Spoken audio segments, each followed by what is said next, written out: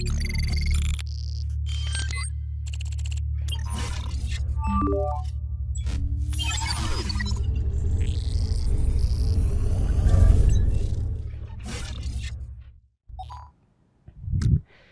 everyone, I'm Malinda Alahakoon. Today I'm going to talk about how to create a business based on your content creation. So when we talk about content creation, we don't really see that as a business. Most of the people see that as a hobby or just a pastime, but it's a huge market. Like, it's a booming market as well. Lots of people are thinking, again, at the same time, lots of people are thinking this content creation market is too saturated, and lots of people are creating content already. Lots of big YouTubers are there, but that's not really true, because this could be a $1 trillion market one day. We have to get into this market and treat that as a business. So we have to change our mindset a little bit sometimes. So that's exactly what I'm going to talk about today. So first thing, we have to take a look at the big picture. So when you're creating content, you have the YouTube platform and you have the other platforms as well. And most of the other platforms like Facebook, Twitter, and Instagram, TikTok, and all of those platforms are supporting videos. And some of those platforms are already supporting monetization as well. So we have to think about how to create content for those platforms as well, and maybe how to repurpose those the same content for multiple platforms. There are several challenges, because YouTube is supporting the horizontal format, and the TikTok is supporting the vertical format, and the YouTube is following TikTok and supporting the vertical format, the portrait format. So we have to deal with like lots of these things, like when we are treating this as a business. So when you start your content creation journey, you have to go through several phases. So we have to go through these phases, like there's no other shortcuts. So we have to go through these phases, and sometimes we have to understand whether we are cut out for this. Like, can I create content? Like, lots of people can't create content. We have to accept that bitter truth. So I'll go through those stages, then you can understand like how you should plan your journey and what kind of time frame we should have. So the first stage is get going. In this stage, you have to overcome this psychological barrier we have, like, to create content and put it out there. So there are lots of stuff. Like, the biggest fear I faced was like, you create a video and you think that video is good, but you have this like huge fear to press this upload button. So that's a big problem. You have to overcome that problem. So how did I do it? So my approach, like when I was uploading content, so one thing I did was I actually create the video, upload it to YouTube, and then I keep it private. In Facebook, you can say it's only me. Then I keep it as that. Like, now that I have completed the upload process, so the next thing that you have to do is make it public. So you can keep it private. Like, you keep creating content, keep creating thumbnails and all the other stuff. Like, video is exported, you upload it to YouTube and keep it private. Then at a certain point, you will overcome this fear. Like, okay, why do I have to keep this private? I'll publish it anyway. So try that. Like, if you guys are struggling with the fear of uploading, upload it, and in Facebook say it's only me, or keep it as private in YouTube. That's actually a good technique that you can use. Then another biggest problem that you will come across with. So when you're talking with someone else, so this is a scientific problem. So when you are talking with someone else, you're basically using sound waves, the compression waves, to talk with someone else, and that goes to other person's ear, the eardrum, and then to the brain. So that's the communication chain. So like, we'll keep all of those complexities aside. So so when you're doing that, the other person is hearing only the compression waves go through air, but in your head, you are hearing the compression wave coming from your mouth and goes to your ear, and your bone conductivity as well. So in your head, your voice is so rich, but when you record it and when you take everything to Final Cut Pro or maybe Adobe Premiere and try to edit it, it sounds like a completely different person. So Yeah. We'll take a quick break, and after the break, I'll continue from here, and we have lots of interesting stuff to talk about.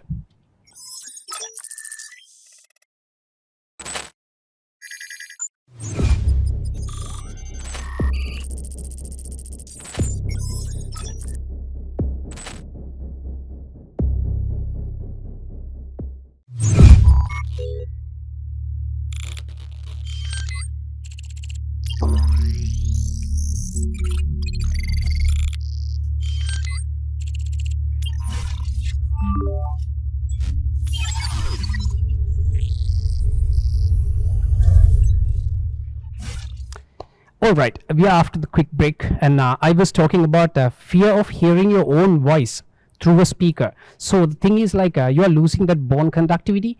So when you hear your voice through a speaker like that, like it goes to a microphone and then it's coming through a speaker, it sounds so weird. So you have to overcome that fear. So how to overcome that fear? There's no other way. Like when you learn down the time, when you learn all those sound processing techniques, the equalizing techniques, you can actually tune your voice to hear exactly the same way as you hear in your head. But in the early stage, it's gonna sound really weird. So only thing that you can do is be comfortable with that weirdness. So then another biggest problem that I was facing in the early stage of content creation, we overthink. We are thinking about lots of complicated stuff which we can't really do in the early stage, and at the same time we are comparing ourselves with big creators. Like when I was creating content in the early stage, I'm creating content about science and technology, I was comparing myself with the big channels like SciShow, Veritasium, and that kind of things. So don't do it, because no point, because we all agree to the fact that those big channels are big and your channel is just started. So all you have to do is just keep pushing content. So in this stage, the get going stage, all you have to focus on, stick to a schedule and upload something, and that something doesn't matter much, right? So just create videos and upload something, and you don't know what that something is, and just keep going anyways. And when you upload like 20 and maybe 30 videos, then you have some idea what kind of videos that you are like, what kind of videos like you like to make and how you feel about them, and what kind of videos are getting lots of eyeballs, and you have some data to think about. Like when we are thinking without data, you are basically like doing guesswork. Like what's the point of doing guesswork? So don't do guesswork. First upload some videos, maybe 25-30 videos, then you have some data and you have some understand like how you feel about the whole process. So do it, don't overthink, just upload anything. Like your camera doesn't matter, your microphone doesn't matter, your video quality doesn't matter much, and don't pay attention to any of those things, but get used to this uploading process. That's the get going stage. So this get going stage is like dating. Like let's say I meet a girl and I ask her out on a coffee, then I really like her, then I ask her out on maybe a dinner, like that. It's like dating. So but if you are not really connected with this lady, then you break up, right? Then you are not really sure yet, then you are going into a casual relationship. But if you're serious about it, then you can actually move on to the next phase of the relationship. So it's pretty much the same thing. So when you create content, after 30, maybe 25, 30 videos, you can actually understand you're going to continue to create videos, you're going to continue to create content, or you are feeling very neutral about it, then you keep creating content anyways, but it's a casual relationship, then you stay in the early stage, but whenever you feel like you upload videos. But if you're thinking that, okay, this is my cup of tea, if you're feeling like creating content is my cup of tea, then you can move on to the next phase. The next phase is the get good. Now that you are like accustomed to this uploading process and stick to uploading schedule, and now that you have some understanding what kind of content is working for you, now that you have to slowly improve the quality. So when it comes to quality and the quantity, I have a very different approach, and my different approach is not anecdotal, not simply based on my stories and my ideas. uh, Whatever I'm about to say in the next few minutes is totally scientific. So if I ask you, what is the most important thing, should we pay attention to quality or quantity? So I'm pretty sure that more than 90% of the people will say we should pay attention to quality. Like let's say you can upload really good quality video once a month, or you can upload average videos twice a week, then 8 times a month. So you'll probably say like we should upload really good quality video once a month. I disagree, and the scientific research is also disagree. So I don't really remember the university. I think this should be MIT. They did this research. There are several research to back up this idea, like the quality versus quantity. So there were some students, they were creating pots. When they were creating pots, one group, they don't know what they're doing, they are just creating pots, but the scientific research team is observing two different teams. They give two different objectives to both of these teams. So once they ask, okay, I'm going to give you 100 days or 10 days, a certain period of time. Within that period of time, you have to create the best quality pot. The other team, so what they had to do was, so you have 10 days, you had to create pot once and every 1 day. Like you had to produce a pot once and every 1 day. So in the first day, your pots are going to be really bad, right? And the second day, it's a little bit better. Third day, it's a little bit better. And in the other team, they're actually researching how to create a good pot, what kind of clay we should use, what kind of equipment we should use. So they spend about 70% of their time planning the whole thing. And then they come up with a pot that they think in the best quality. But the other team, they were creating shitty pots, like 1, 2, 3. By the 6th day, by the 7th day, their pots were really good. So within that same time frame of the 10 days, they created like 3, 4 really good pots, which is way better than the quality team. So that's how you should approach quality. So we should approach quality through quantity. And there's another researcher, they gave 100 days to photography, landscape photography students. One team was asked to take a photo once in every 1 day. The other team was asked to get the best landscape photo in a time span of 100 days, the same results.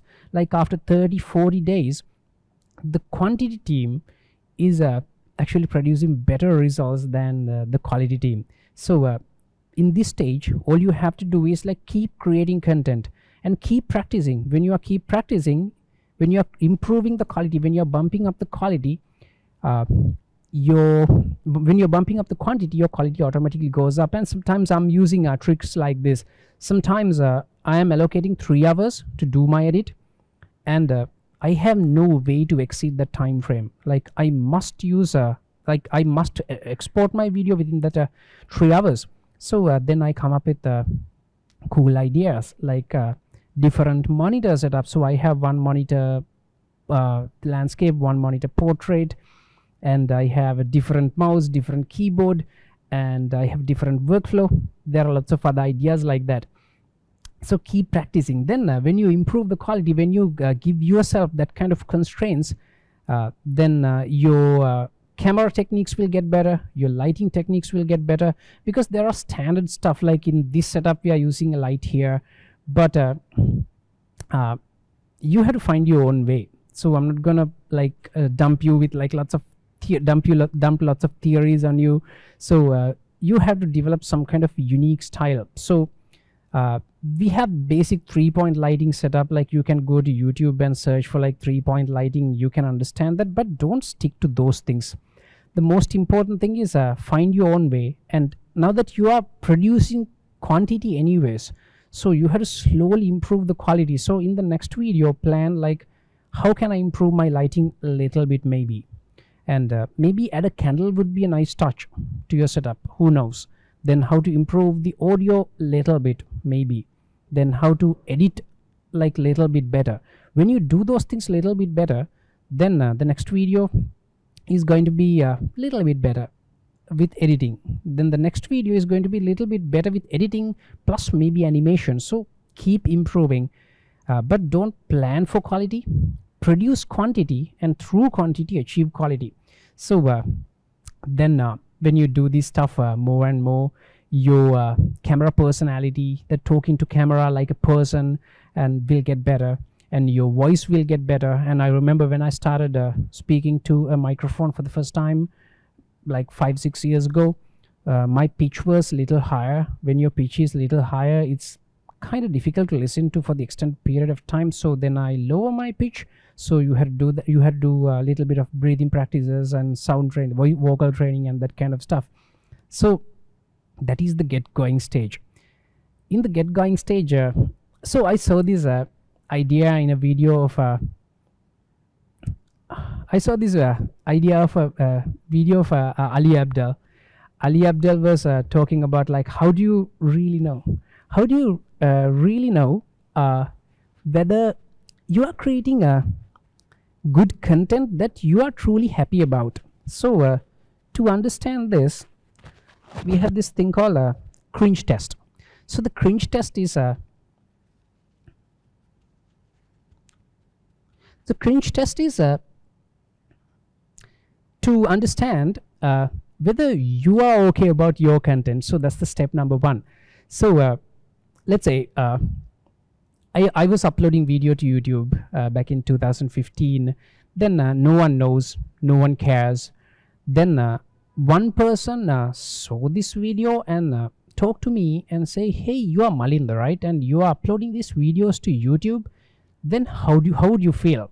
How do you feel? Like, are you feeling, yeah, that's me? Like, how do you think about my videos? If you have that kind of feeling, then you actually pass the cringe test. And when someone asks questions like that, if you cringe a bit, then probably you're doing a bad job. So then you should improve your intrinsic value. Like, you should be proud about your content. If you're not proud about your content, if you cringe about your content, then you're not really there yet. So you have to pay attention to that thing. So that's one test.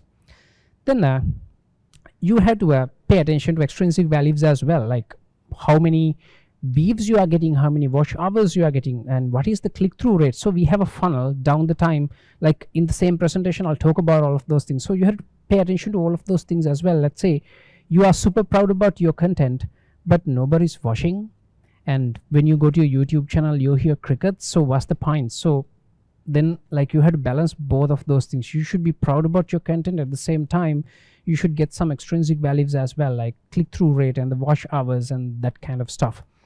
So then in this stage, so you are getting good.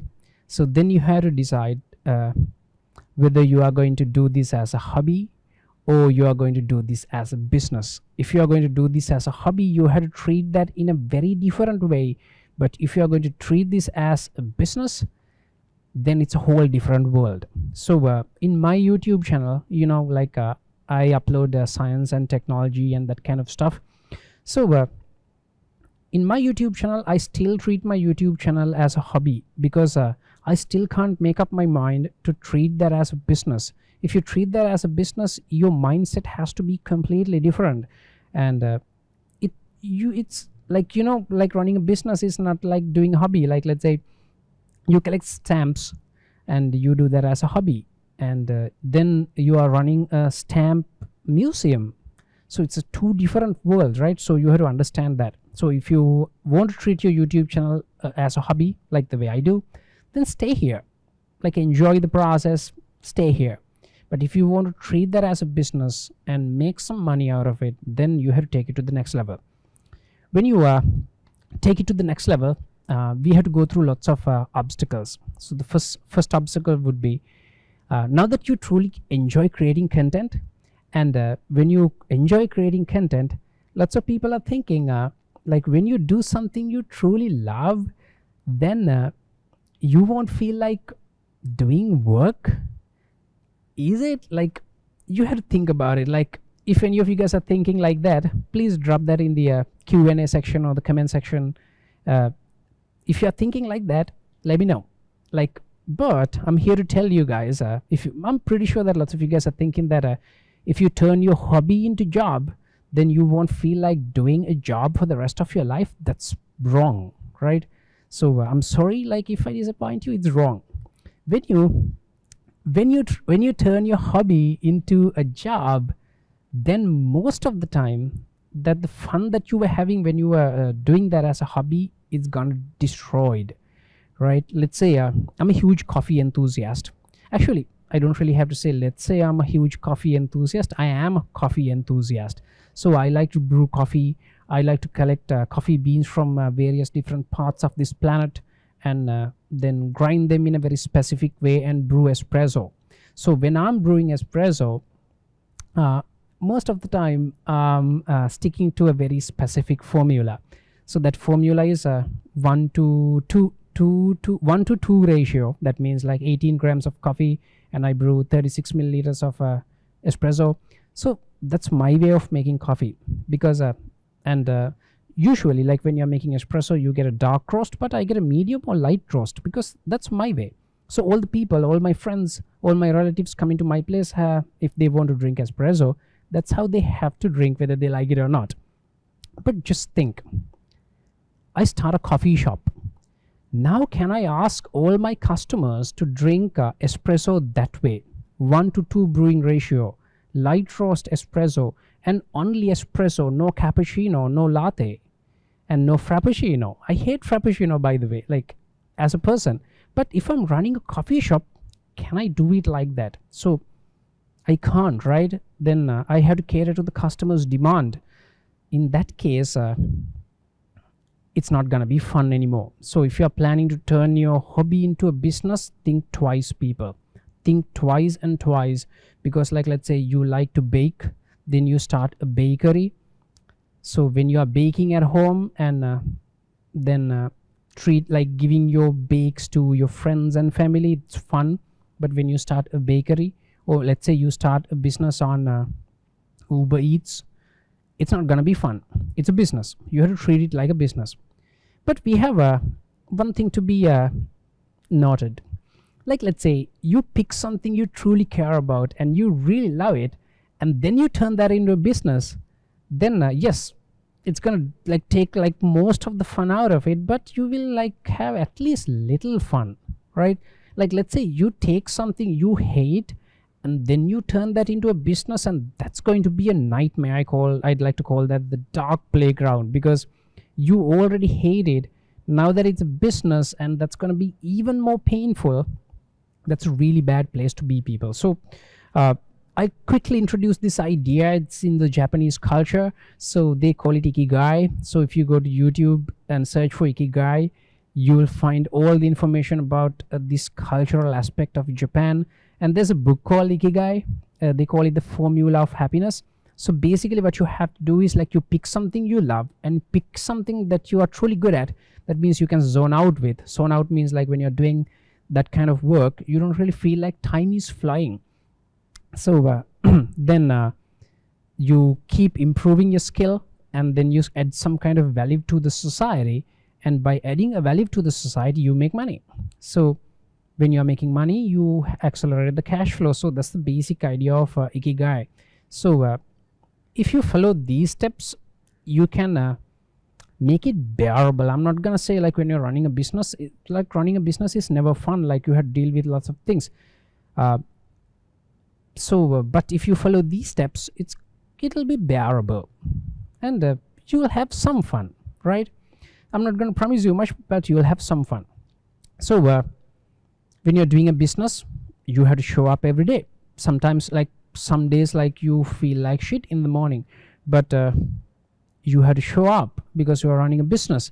If you are running a store, like you have to open your store every day, whether you like it or not. Like sometimes like you feel really bad, but still you have to go. And when you're running a business, you have to cater to the demand. Like sometimes your audience is asking for something, but you don't really feel like delivering it. It's bad for business. So classic example would be, I told you, I treat my YouTube channel as a hobby, not a business. So lots of people were asking me like, could you please, Malinda, could you please create content about law of attraction? And I don't really like the idea of law of attraction. So up to this date, I didn't create a content about law of attraction because I don't really like it. So that's not my approach. But if I'm running a business, I should create content about law of attraction. and get some views in maybe, and get some new visitors to my YouTube channel. But if you're running a business, you should do it. But if you're doing it as a hobby, you don't really have to do it. You can ignore it. So then you have to keep your cash flow up and running. So running a cash flow, maintaining a cash flow is like some work, right? If you are running that as a business, you have to pay attention to your cash flow, of course. So cash inflow, cash outflow, and what are the overheads, and what are the business expenses, and what kind of investments you are doing for the business, and what are their depreciation. Like let's say to do this kind of video, so you have to buy some lights, camera, and so those cameras, you have to refresh those cameras maybe after 2-3 years. Then let's say one camera is $500,000, then you have to divide that by 36, and that's going to be the depreciation per month. So you have to pay attention to all of those things. And if you're running a studio like this, then you have to pay attention to electricity bills and all the other problems. So that's exactly why I said, when you're doing a hobby, none of those things doesn't matter much. But when you're running a business, you have to pay attention to all of those things. So passion, audience, and money. So like let's say if I give you 2 balls, and if I ask you to juggle 2 balls, or just one, maybe billiard balls, or plastic balls, rubber balls, whatever it is, then if I give you 1, if I ask you to juggle it, it's easy. If I give you 2, it's still easy. But if I add the 3rd ball, it's going to be hell lot of different. So and hell lot of difficult than 2 balls. So passion, audience, and money, like you have to balance all of those things and juggle all of those things at the same time when you're running a business. If you're paying too much attention to money and you are not paying enough attention to audience, then you're gonna lose money. And if you're paying too much attention to audience and not thinking about monetizing it, then you're gonna lose money anyways. Then you're paying attention to audience and money, and the audience is growing, money is growing, but you are not feeding yourself, you are not feeding your soul. Then at a certain point you'll be burnt out. Then you'll lose audience and money. So you have to pay attention to all of those 3 aspects at the same time when you're running a business. So when you are doing a content creation business, you have to pay attention to the workflow. So you should have a solid workflow and solid cash flow management, and the outflow management. So you have to pay attention to all of those things. So workflow, when it comes to workflow, so one of the most important thing that I'm doing in my content creation workflow is I stick to the time frames all the time. So that means let's say for video editing, I allocate only 3 hours. There are some projects I cannot finish within 3 hours, but somehow I try to finish those projects within 3 hours. And to do that, you have to have a workflow. And in my studio, I have a SD card management system, the battery management system. Then I noticed that the battery management system is taking too long. Then I power everything in my studio with battery banks, like the microphone, the audio recorder, and the cameras and everything with the battery bank. So now that I have to charge just 1 battery bank, and I don't really have to pay attention to different batteries like AA, AAA, and I have Panasonic camera, it has a different battery. I don't really have to pay attention to any of those things anymore because I simplified. So that's what we call the workflow optimization. And when I'm researching for something, so I told you before, I have a different monitor setup. So one monitor is in the portrait orientation, the other one is the horizontal orientation, the landscape orientation. So I push all of my content to the portrait monitor, so then I don't really have to scroll much. So you have to optimize your workflow up to that level if you are running a business. Then I create internally I call it the content base plate. It doesn't matter much outside my workflow.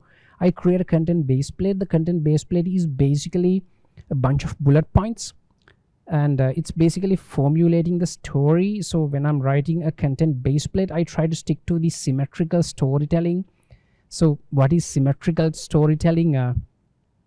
If you go to YouTube and again do a little research about symmetrical storytelling, you will easily understand what that means. But I'll give you a quick sneak peek. Like let's say you are telling a story and you should treat the story like a clock face.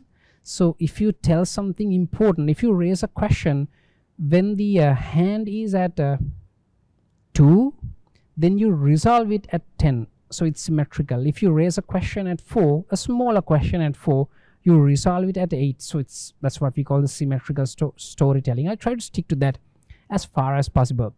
It's not possible all the time when you're doing educational YouTube content, but I try to stick to that. So those are the workflow optimization, and you stick to a certain time frame. Like, let's say I'm gonna give 3 hours to create the base plate, so I should figure out a way to finish my base plate within 3 hours, and in the next 3 hours, that means tomorrow, I should create a better story, but still I have 3 hours. That's what we call the workflow optimization. So and you have to pay attention to what are the objectives, what you get out of this, what kind of watch hours you need, what kind of subscriber count you want, and what kind of money you're expecting by creating content. When you invest 1 hour to create a video, and what kind of money you're expecting out of it, and who's your target audience, and who are your competitors. And sometimes in YouTube you have to look at your competitors in such a different way.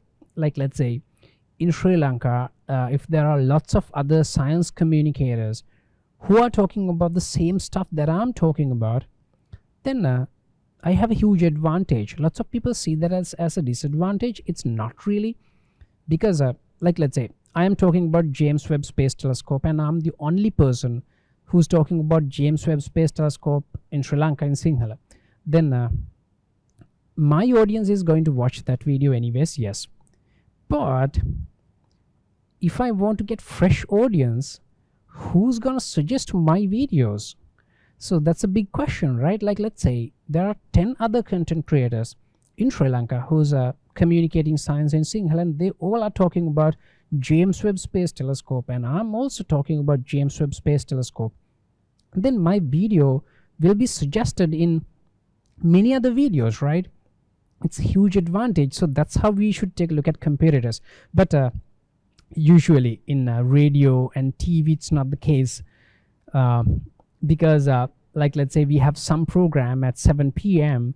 and we have 10 radio channels or 10 TV channels, we can watch only one, right? So they have a comparison. But YouTube, it's not the case, because if your competitors are creating same content as you are, then that's actually advantage. Then sometimes you have to figure out what are your unfair advantages as well. So what are your unfair advantage? Let's say you are a pilot, so then you can create content about aircrafts and traveling, and it's pretty difficult for someone else to replicate it. It's pretty difficult for me to replicate it. Let's say you are a dancer, then you are creating videos about dancing. It's pretty difficult for me to replicate it because I have 2 left legs. So you have to understand your unfair advantage. So once you understand your unfair advantage, it's actually pretty easier for you to position it in such a way. Then we call pivoting. The pivoting means we look at data, and we make calculated decisions, right? So then that's what we that's how we like basically guide the business. So if you try to do pivoting in the early stage, it doesn't matter much. Like, let's say we have a ship, and that ship is anchored on a harbor, and you try to do a course correction, which you can't really do, because you can't do a course correction because the ship is not even moving. But now the ship is moving because we went through the get going stage and get good stage, and now we are trying to get smart. So our ship is sailing, so we can adjust the rudder and we can go to the desired direction. But if your ship is anchored, no point of trying to do a course correction. So that's exactly why I said that we had to go through all of those 3 stages. Like, first you had to upload something. Maybe it's a really bad video or really bad some piece of content, but you had to upload something and move the needle. Then you move it a little better. Now that we are trying to set the course to the desired direction, because now that we are moving already, so we can do all of those stuff. Let's say you start a YouTube channel, and you have 0 views, 0 subscribers, and you're thinking about monetization. Oh, what's the point, right? Let's say you are a singer and you don't really have any gigs, you have couple of originals, but you don't really have a huge audience. So, and you're thinking about monetization, and what's the point? And you're looking at how let's say you are looking at how Ed Sheeran is monetizing his music career. Then Ed Sheeran can do basically anything because he has a huge audience. Like if you sell something to 0.001% of that audience, it's still going to be a substantial amount of money. But you have few originals and you have 0 followers, 0 views, and whatever thing you do, like even if you come up with a smart idea, it's not gonna produce much results. So you have to move this thing first, then you should think about smart ideas. So that's exactly why I said first you get going, then you get a little bit better, then you think smart. If you're thinking smart while you're not moving, no point. So once you come up to this point, you can think about what kind of a cash flow mechanism we can utilize here. Basically, you are selling your audience attention to some kind of advertiser. So you in YouTube, you have display ads, then you can invite sponsors, and sponsored content could be integrations. That means you integrate this sponsor message into your existing content, or it could be a spot, or it could be an entire video about the sponsored content, and you can start selling products, and you can start doing crowdfunding. Actually, I tried crowdfunding. I didn't expect that to work. It worked for me. For some YouTube channels, for some YouTubers, some content creators, crowdfunding is also working. Then you had to think about a cash outflow. And by the way, in my YouTube channel, I cannot really tell you these stuff because I told you before, I treat my YouTube channel as a hobby. So I don't have a staff. I don't outsource anything. I have some investments in gear and equipment and stuff, but you have to figure those things out. So by this time, you can do lots of experiments. When you're doing lots of experiments, to do lots of experiments, you already have a huge audience. So you can run experiment for proportion of the audience and see what's the response. So there you go. Then the pivoting is most important thing. So you look at the data and you do a course correction. So you have to pay attention to impression, click-through rate, engagement, and monetization. So when you go to YouTube analytics, you can find all of those data. So most of the time you have to follow the algorithm. So I don't really agree with that idea, but you have to tell the algorithm, like you have to describe your video to the algorithm as much as possible. So you have to pay attention to title, description, and then you can create segments and closed caption, tags, and keyword placements in pretty much everywhere. So then you can tell the algorithm, like you can describe your video to the algorithm in the best possible way. And I'm using this little tool called TubeBuddy. So the TubeBuddy is like making lots of things easy for you. It's not really adding anything to you, but otherwise, like without TubeBuddy, you had to use lots of other tools to do the same thing. But TubeBuddy is a browser plugin, and you can do everything there. Then improve it. If you want to improve the click-through rate, then the thumbnail, the title has to be super good. And what do you mean by super good? You don't know. Like I don't know. I know what's working for me. I still don't know what's best for me. So you have to do lots of experiments. You can do A/B testing. If you are using TubeBuddy, in TubeBuddy you can do A/B testing. That means you are showing one thumbnail to a certain proportion of the audience, then you are showing a different thumbnail to certain proportion of audience, and then you compare the results and see what's working for you. So then if one thumbnail is working better than the other thumbnails, then you keep that as the main thumbnail. Then you have to do that kind of stuff. Like if you are treating this content creation as a business, that's how to improve the click-through rate. And sometimes you are thinking that the thumbnail is ugly, but it's ugly. You're thinking it's ugly, but it's working. Then you should probably use it, because you are thinking it's ugly, but lots of people are thinking it's not. So then you should probably go ahead and do it. And most of the time when we are doing business, I told you before, we can't say like, this is how I want it. Like we cannot have that kind of egoistic attitude. It's not about what you need. It's about what the audience is looking for. So you have to do a little like you have to change, like it's for some people, including me, even for me, it's a paradigm shifting thinking revolution within yourself. So I always want to do things my way, but if you are running a business, you can't do things your way. That's exactly why my YouTube channel Tech Track Show is still a hobby, because I want to do things my way. If I turn that into a business, I can't do things my way. You have to do it, you have to follow the audience. Then I already talk about the quality and the quantity, and here it's different thing.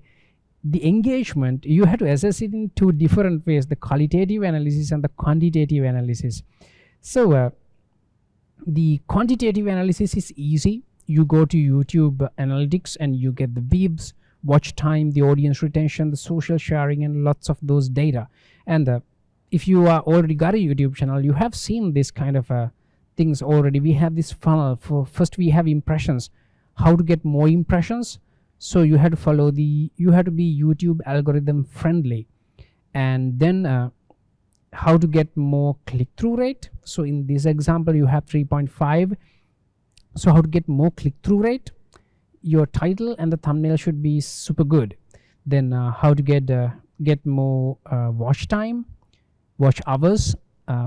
Then your video should be interesting. So all of those things should be on place in this funnel. How to get more impression?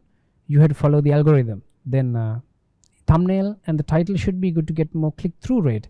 And people saw your video and click on your video, but when they come to your video, they feel like, okay, I don't want to watch this, then they close it. That's bad for your watch hours. So your video should be super interesting. Then at the same time, you have to pay attention to the qualitative analysis as well. So you have to read comments, you have to reply to comments. Then to do this kind of qualitative analysis, the YouTube analytics is also helping you. At the same time, you have to improve your ETA. ETA means your authority, your expertise, trustworthiness, and authority. So I told you before, I don't really agree to the idea of following the YouTube algorithm. The YouTube algorithm is following the audience, and we follow the algorithm. I don't really think that's the best way to do it. So algorithm is try to understand the audience, and we try to understand the algorithm. How about we try to understand the audience straight away, bypass the algorithm?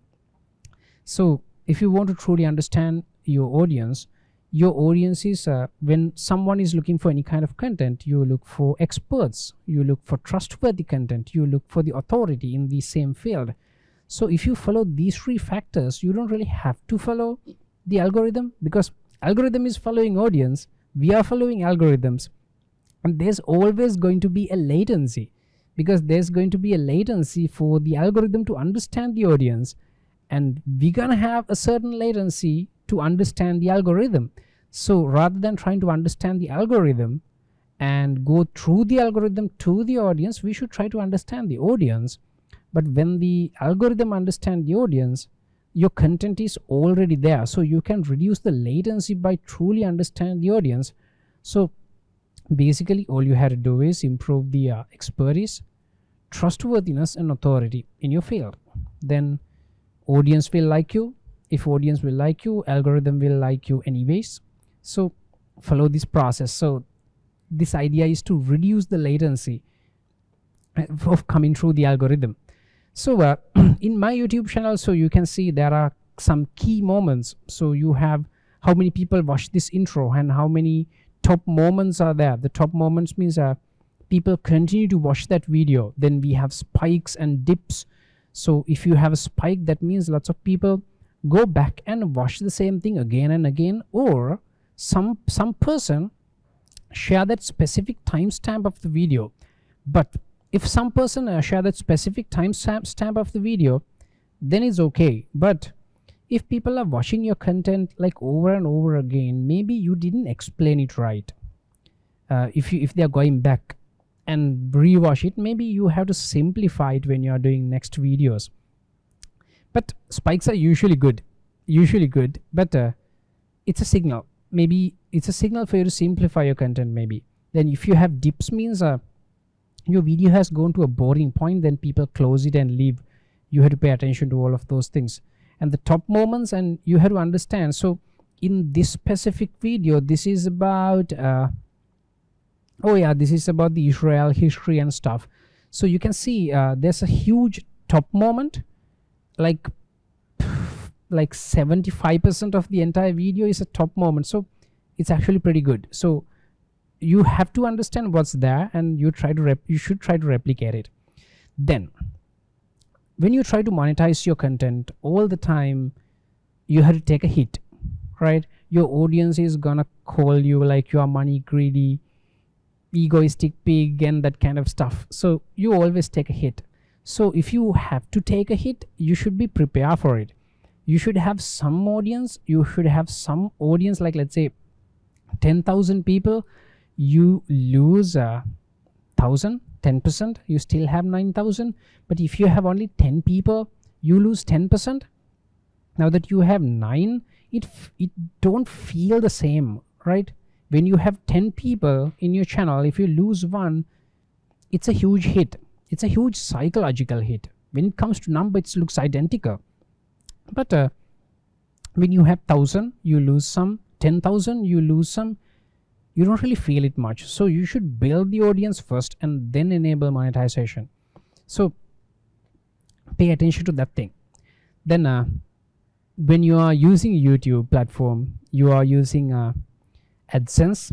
It's easy to integrate, and but you have to understand, if your audience is in another country, your RPM is going to be, RPM means the revenue per 1,000 views. It's going to change in a drastic way. Like let's say in Sri Lanka, most of the time, if your audience is Sri Lankans, you will make like $1 or maybe $1.50, $1.50, or maybe maximum $2 RPM tops. I have never seen like that kind of RPMs in my channel. 150 to max. But if your audience is coming from USA, Canada, UK, Australia, then it could be, I don't know, like 10, 15. I have seen that kind of RPMs in that kind of country. So your target audience matters a lot to make money. Then sponsors, like when you're getting sponsors, the sponsors are most of the time they're looking for your brand value. Your brand value is again depending on your expertise, trustworthiness, and authority, as I told you before. So if you are looking for sponsors, you should keep your channel clean and advertiser friendly, and you should be expert in that field. Then your content should be trustworthy, and you should have a certain authority in that field. Then lots of brands would be like to work with you because you also have a certain brand value, right? Then when you're selling products in YouTube, there's an inbuilt mechanism. I don't really think it's available in Sri Lanka. So the best thing that you can do is you can create a Facebook page, or you can create your own website. Creating your own website parallel to YouTube channel is a really good idea. So give it a try. And not just t-shirts and mugs. You can sell info products, like you can sell book, and you can sell online course. So I have a friend, and that friend is running a YouTube channel. In parallel to YouTube channel, he's selling a online program as well, online course as well, a training program, and you can use affiliate links. I personally don't really like that idea, using affiliate links. But if you have a huge audience, millions and millions of views, if you convert at least 1% to click on something and buy something, and that's going to be a pretty huge number. So if you have huge numbers, then you can use affiliate links to make money as well. So yes, people, I told you, like, you are juggling 3 balls, 3 pins. It's passion, audience, and money. If you are juggling 2 balls, it's easy. 1, it's super easy. 1, still easy. Lots of people can do it. But how many of you guys can juggle 3 balls? Passion, audience, and money. So if you are running a content creation business, you have to pay attention to all of those things, all of these 3 pillars. If you lose one, you lose everything. Like, let's say you make so much money and you have a huge audience, but you are doing something you hate to do, then you'll be burnt out. Then you're doing something you truly care about and you truly enjoy the process, but you have a good audience too, but you're not making money, then it's going to collapse into itself sooner or later. So if you're running this as a business, or if you're running that as a hobby, no problem. Like, you are happy and you have audience but you're not really making any money, it doesn't matter much because it's your hobby. But if it's a business, money matters. So that's the idea, people. So I think I made my point abundantly clear, adequately clear to all of you guys. If you are creating content as a hobby, it's actually fun, right? We upload photos to Instagram, we upload photos to YouTube, we upload photos to Facebook, we upload videos to YouTube, and we do TikToks, and we are doing all of those stuff for fun as a hobby. Then your world is beautiful. But if you want to turn all of those things into a business, you have to pay attention to this business aspect, and it's not fun. So you cannot really turn your hobby into business and feel like doing the same hobby for the rest of your life. When you turn your hobby into business, now it's a business, it's not a hobby anymore. So you probably hate it. So you have to set up the business, and then you have to create a system to love that business. So that's how we should approach it. You can't turn your hobby into business because you already love the hobby. You can't do that. When you turn your hobby into business, it's not a hobby anymore. But now that you have a business, you should learn to love this business and pay attention to all of those business aspect. And that's the idea, people. And I think we are closing into the question time. And I supposed to get the question that you guys were sending through the Facebook and the other Zoom sessions.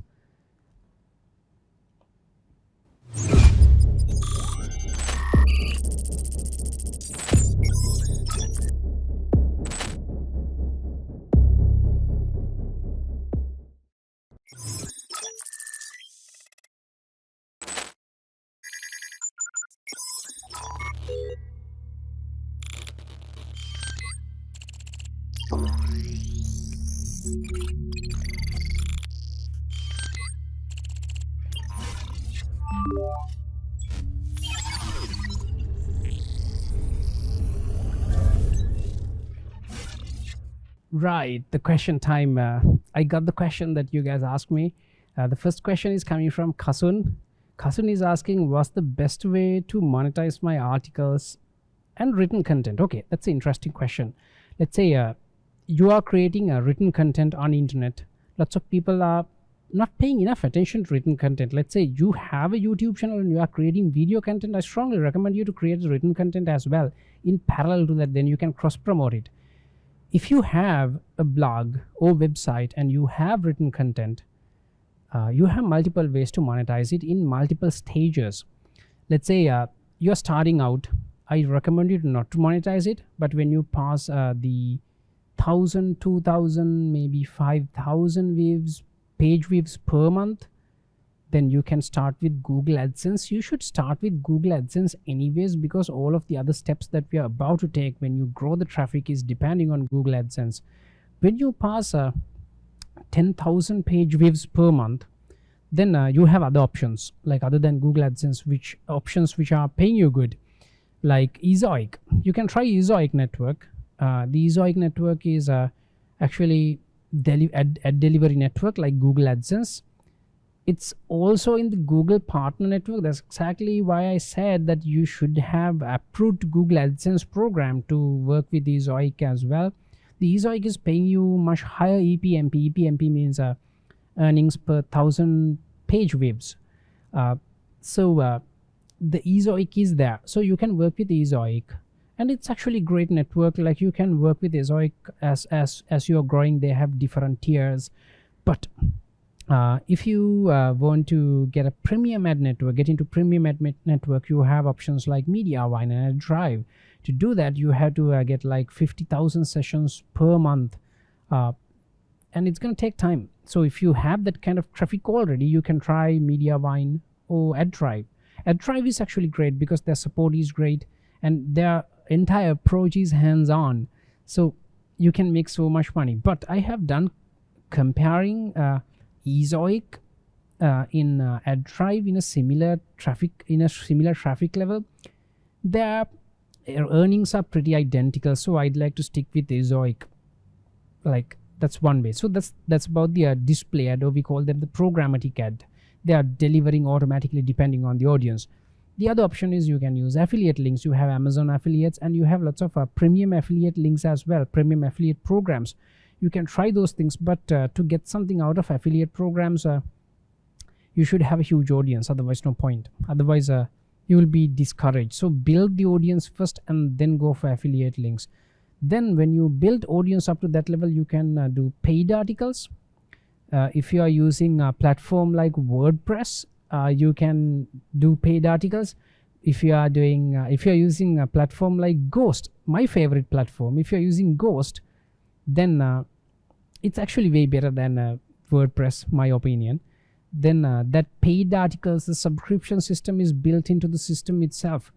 Then you can money with that kind of premium content. And crowdfunding is also available. You can sell a book. And I have seen lots of bloggers, lots of online written content creators, they continue to write their blog, and when their blog is becoming super popular, they get other businesses like book deals. So one of my favorite author is Mark Manson. The Mark Manson started as a blogger. So yeah, you have lots of different ways to monetize a blog if you have written content. That is the Kasun's question.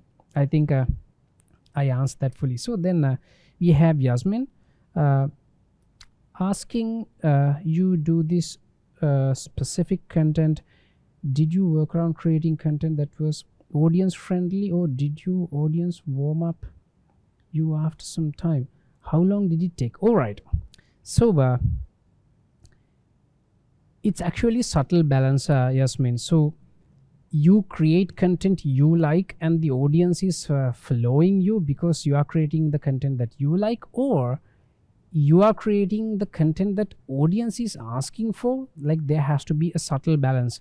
So your question is how long will it take? Honestly, I don't know. For some people, when they upload their first video, it's working for them. Like, this balance is working for them from the first video itself. But sometimes for some people, it's taking hundreds and hundreds of videos to develop that balance. For me, honestly, I don't know, because when I started uploading videos, I didn't really pay attention to these stuff. Like, I was simply uploading videos, and I didn't have any kind of I didn't even visit Google YouTube analytics in my early stage. So it depends. It's highly for some people, when they upload the first video, it's working. The audience and the creator is like connected like a magical bond, but sometimes it's take time. We don't know. To figure that out, you have to go through those stages I ask you to go through if you're creating content. First you get going, then you get better, then you get smart. Then in the get going stage, especially in the get going stage, you'll be able to figure out that, like, you will be able to understand this bond between the creator and the audience. Then we have Ursula. Now people tend to want to create content that lacks cinematic quality. Okay, I've spoken to people who I've spoken to people who refuse to start without good equipment, focus more on production quality than the good number of content videos put out. This is because they don't want to brand to associate with the content that falls below a certain visual standard. It is a good approach, or do you still believe in volume of content as opposite to the quality? Okay, I think I answered this question during my presentation. So my question is, first you have to push the quality. First you have to push the quantity. You are keep creating content, and down the time you figure out your quality. So I don't really think that there is this like specific standard saying, okay, this is the cinematic quality, because the cinematic quality is also evolving. Maybe you could be the next person introducing the next cinematic quality. So my recommendation is, Ursula, keep pushing content. Like, keep up the quantity and slowly improve the quality. So at a certain point, you will be able to get your channel up to a good level. And the thing is, you get any camera available. Like, let's say you get your smartphone and record something, it's pretty good, right? You can even broadcast it, easy peasy. the only problem that I'm facing is how to record audio. So recording audio is very difficult. Like if you're creating content for video, if you're creating video content, you will understand what I'm saying. Recording video is super easy. You get a camera and you point at some place, you get the basic lighting okay, and you get the frame okay, then it's pretty good. But recording audio is a nightmare. So you'll understand that at a certain point. But my recommendation is, don't compromise the quality for quantity. Instead, keep the quantity up, and then you'll learn the quality through the quantity. So I think that's the most efficient way. And during my presentation, I told you that there are scientific research done on this area, and that scientific research is also proving the fact that when you keep the quantity up, the quality will follow automatically. So that's the idea. So yep, those are the questions I have, people, and thank you. And you can contact me through any social media platform, Twitter, Instagram, Facebook. Just drop me a message, and if you have any other question. And thank you.